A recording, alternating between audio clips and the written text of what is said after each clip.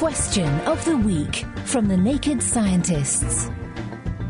Hello and welcome to Question of the Week from the Naked Scientists with me, Diana O'Carroll. This week I've been stripping the question down to the bone. My name is Aaron Santos. I'm a physicist working in the chemical engineering department at the University of Michigan. And my question is this. If blood comes from bone marrow and sharks are cartilaginous fish, then where does a shark's blood come from? Cartilaginous bones mean no bone marrow, and that means red blood cells have to be produced elsewhere. I'm Mark Briffa from the University of Plymouth, where I'm a lecturer in marine biology. And in vertebrates, a major component of the blood is the red blood cells, or erythrocytes, and these can make up to half the volume of the blood, and it's these cells that contain hemoglobin and do the job of transporting oxygen around the circulatory system.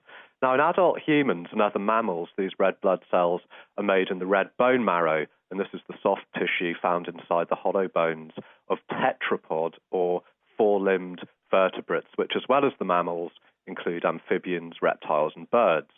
But red bone marrow isn't the only site where red blood cells are produced, and in bony fish and cartilaginous fish that don't have bones, like sharks and rays, the main places where red blood cells are made are in the spleen and in the front section of the kidneys. And some sharks also have a unique organ called Leydig's organ, which is actually absent in the other vertebrates. And this is a large organ that's wrapped around the esophagus.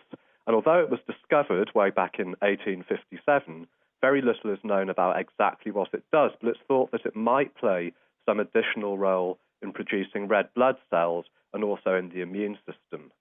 So, although bone marrow is important for making red blood cells in humans, in fish, the most important site seems to be the spleen. The answer lies in the spleen of the shark, or Leydig's organ, where present. And top marks this week go to JNA on our forum, who answered it correctly.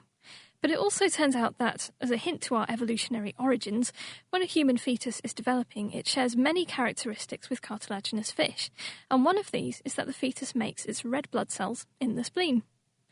So now we've vented our shark spleens, it's time to shout at the telly, but from a safe distance. Hello, this is Claudia from Argentina. I have a question for you. When I was little, my parents always insisted that I keep a safety distance from the TV. Was that a urban myth, or to save me from some mysterious rays coming from the TV? And what about now? Should I insist that my son keep a safety distance from the computer screen or the TV screen? Does somebody know this? Is it harmful? Thank you very much. I love your show. Bye. Do we need to stay away from the telly? Help us answer this question of the week by emailing us. The address is chris@thenakedscientist.com, and you can also have your answer read aloud if you post on our forum, and the address for that is thenakedscientist.com/forum. Question of the Week is part of the Naked Scientists podcast and supported by the EPSRC, the Wellcome Trust and UK Fast. Look us up online at nakedscientists.com.